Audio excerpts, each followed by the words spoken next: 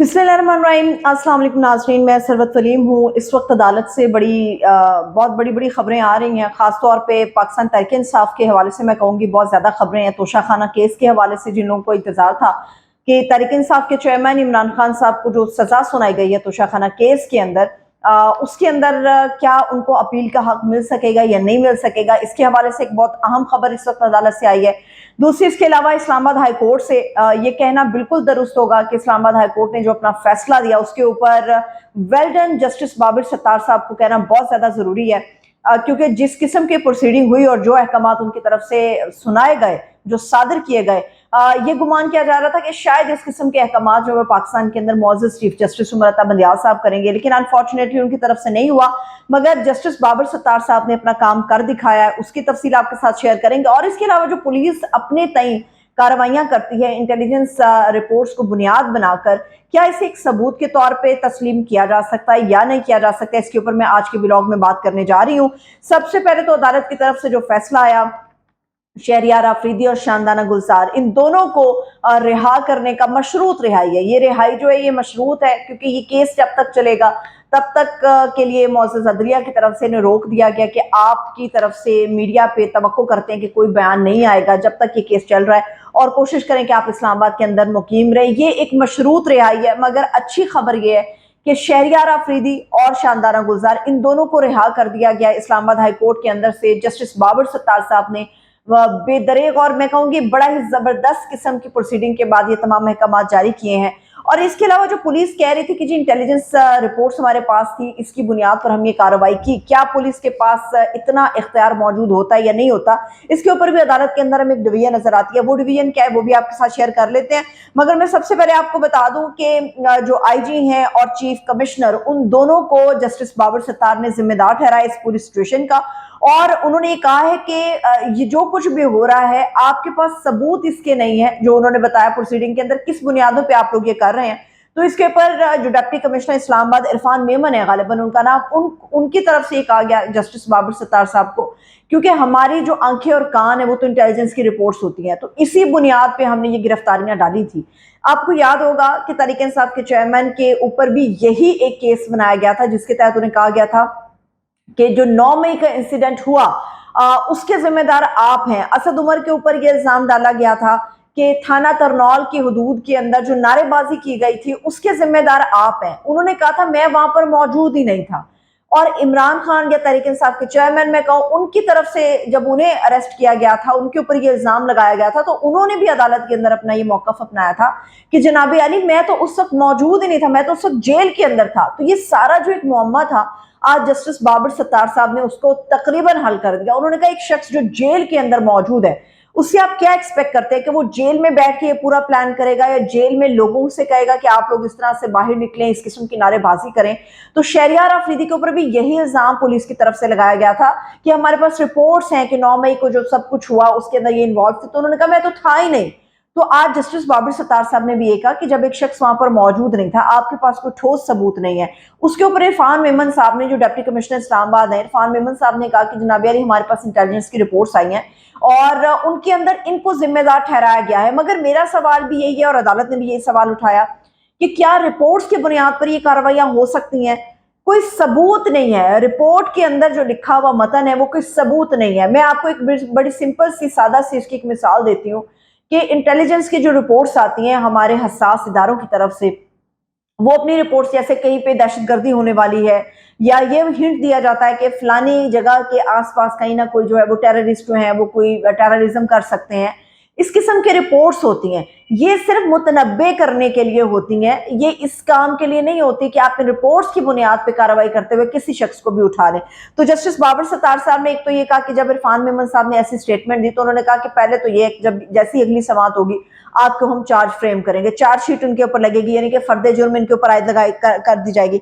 इसके अलावा उन्होंने कहा कि जो चीफ कमिश्नर है वो भी बराबर के जिम्मेदार है। और मैं वैसे भी आपको एक बात बता दूं, बड़े लोगों को इबाम होता है کہ یہ جو لوگ ہوتے ہیں ان کو سامنے ان کو کھڑا کر کے تو ان کے اوپر فرد جرم لگا دی جاتی ہے، توہین عدالت کا ان کو مرتکب کر دیا جاتا ہے۔ اور آج جسٹس بابر ستار نے یہی آرگومنٹ دیا، انہوں نے کہا کوئی بھی بات کرنے سے پہلے اچھی طرح سے سوچ لیجئے گا کہ تو توہین عدالت ہے، اس کے اوپر جو سزا ہے وہ 6 ماہ قید کی ہوتی ہے۔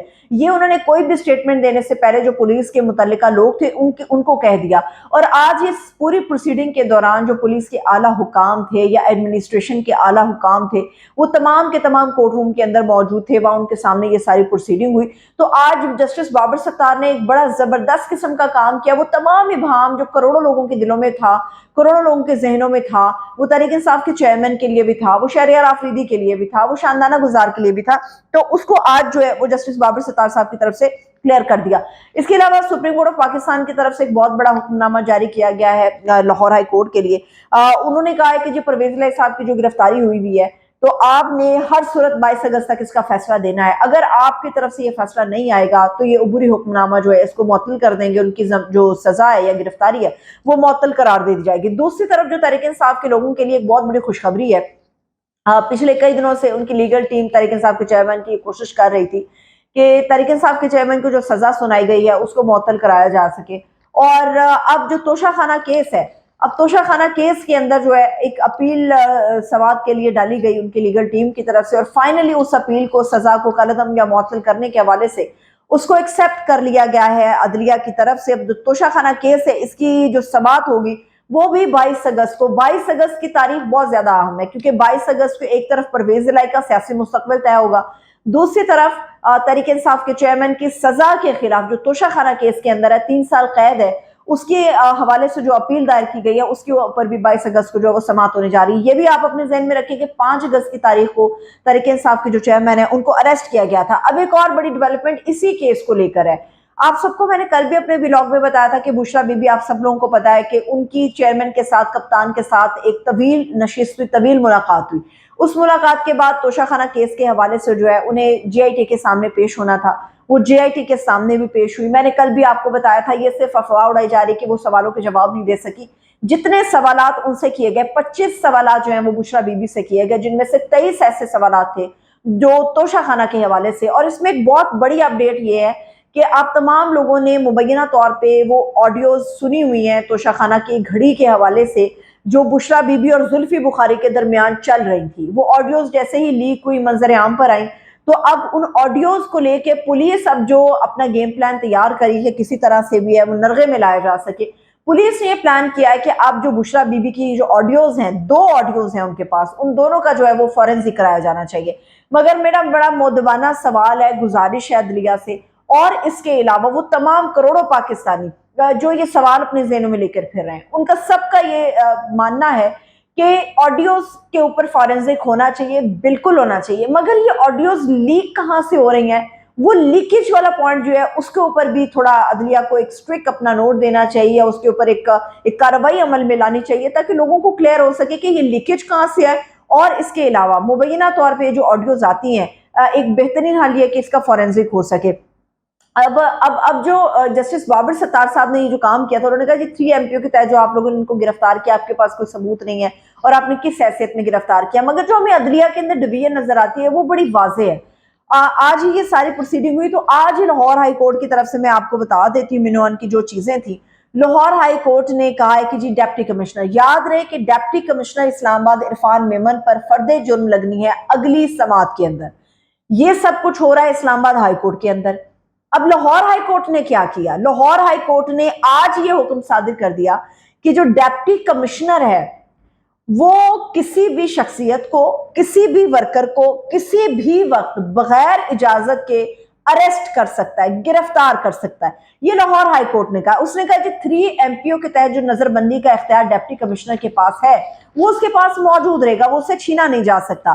وہ کہتے ہیں کہ جی بغیر وجہ بتائے نظر بندی جو ہے وہ آئین اور قانون اس کا اختیار دیتا ہے جسے ختم یا معطل نہیں کیا جا سکتا۔ لیکن مجھے ایک بات بتائیے کہ جہاں پر ہم آئین اور قانون کی بات کرتے ہیں بالکل درست ہے، آئین اور قانون کے مطابق سب کچھ ہونا چاہیے، مگر بغیر وجہ بتائے آج کے اس دور میں ہم جہاں پاکستان میں جیسے یہاں پہ پولیٹیکل سچویشن ہے، جیسے یہاں پہ ادارے ریگڈ ہیں، جیسے اداروں کو جکڑا گیا ہے مختلف سیاسی جماعتوں کی طرف سے اپنے اپنے ہاتھوں میں، जिस तरह से इदारे जानिबदारी का मुजाहरा कर रहे हैं, इस बात की गारंटी कौन, कहां और कैसे देगा कि बगैर वजह जो डिप्टी कमिश्नर किसी को भी नजरबंद कर सकता है, कहीं भी किसी भी वक्त कर सकता है, उसका जजमेंट का पैमाना कहां पर होगा कि जो कुछ भी हुआ वो आइन और कानून के तहत हुआ।